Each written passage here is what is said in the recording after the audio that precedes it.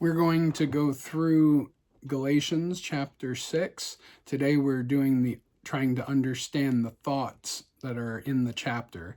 We will do our study in 4 segments. The first one is a summary.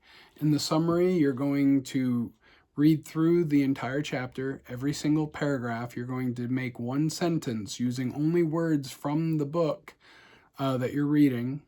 You have to pick words from that paragraph in the chapter to summarize what's being talked about in each paragraph. As you build out an entire summary, you'll have one sentence for every single paragraph, and that'll allow you to see the main thoughts going through the chapter. The second part of it is a statement, and the statement is just what is the chapter about in your own words. Try as much as you can to do this in just one sentence. Also, we want to look at a question that the chapter addresses or raises. In this case, I'm going to be looking at what happens if a Christian sins. And the last part will be a devotional, which is normally a prayer. Sometimes I do a reflective thought. But with that, let's begin. Galatians chapter 6, summary. If anyone is caught in transgression, restore him in a spirit of gentleness, lest you too be tempted. Do not be deceived, for whatever one sows, that will he also reap. It is those who want to make a good showing in the flesh, in order that they may not be persecuted for the cross.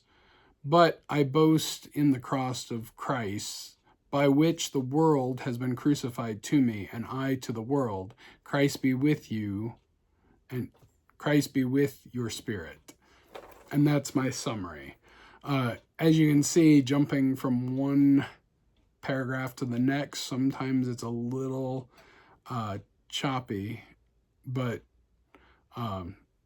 you try and make it as smooth as possible, but you have to use the words that are in the book itself, so you can't add things to it. That's to combat any time that we hear sermons. Sometimes we add ideas to the text that aren't really there, and so you want your summary to be only words from the text itself. And when you read it, you should be able to go back to the text and be like, yeah, it says that. And then when you read through it, you should be able to see the idea flow through the entire paragraph. So at this point, we are going to do the statement. And the statement is, don't be deceived into believing that a self-serving life is evidence for the effective work of the cross of Christ. Then the question, what happens if a Christian sins? This is the answer that I got as I did my study on the chapter. Other Christians should try to restore them to the faith. It says that flat out in the chapter. Paul gives an example of this in chapter 2, actually. Cephas, also known as Peter, and other Jews were not in step with the truth of the gospel. Some might say that Paul was not gentle in his rebuke of Peter, or Cephas. Same guy. He had multiple names, Simon, Peter, Cephas. Some might say that Paul was not gentle. But I would ask if their definition of being gentle might be different than Paul's definition. Gentleness is strength directed in a way that it prevents harm to others. If Paul had tolerated Cephas's behavior, how much harm would that have caused to others, as the preaching of the gospel would have been hampered by the leaders in the church at the time? Being gentle means that you care about the outcome for the people, not just the person you're responding to, but the people around that are paying attention. So sometimes your words might come across as bold and maybe even offensive. But when it comes to the gospel of Christ, the most loving thing you can do is stay true to the gospel.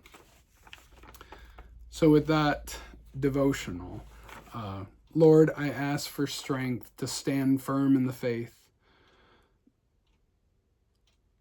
that I would not, or that we would not fall to temptations of self-righteousness, that we will sow in mercy and sow in mercy in the lives of others, and the fruit of the Spirit would be evident in our lives. That we would restore others and also be open to being restored if we do fall. Give us discernment to test the spirits and to walk in the truth.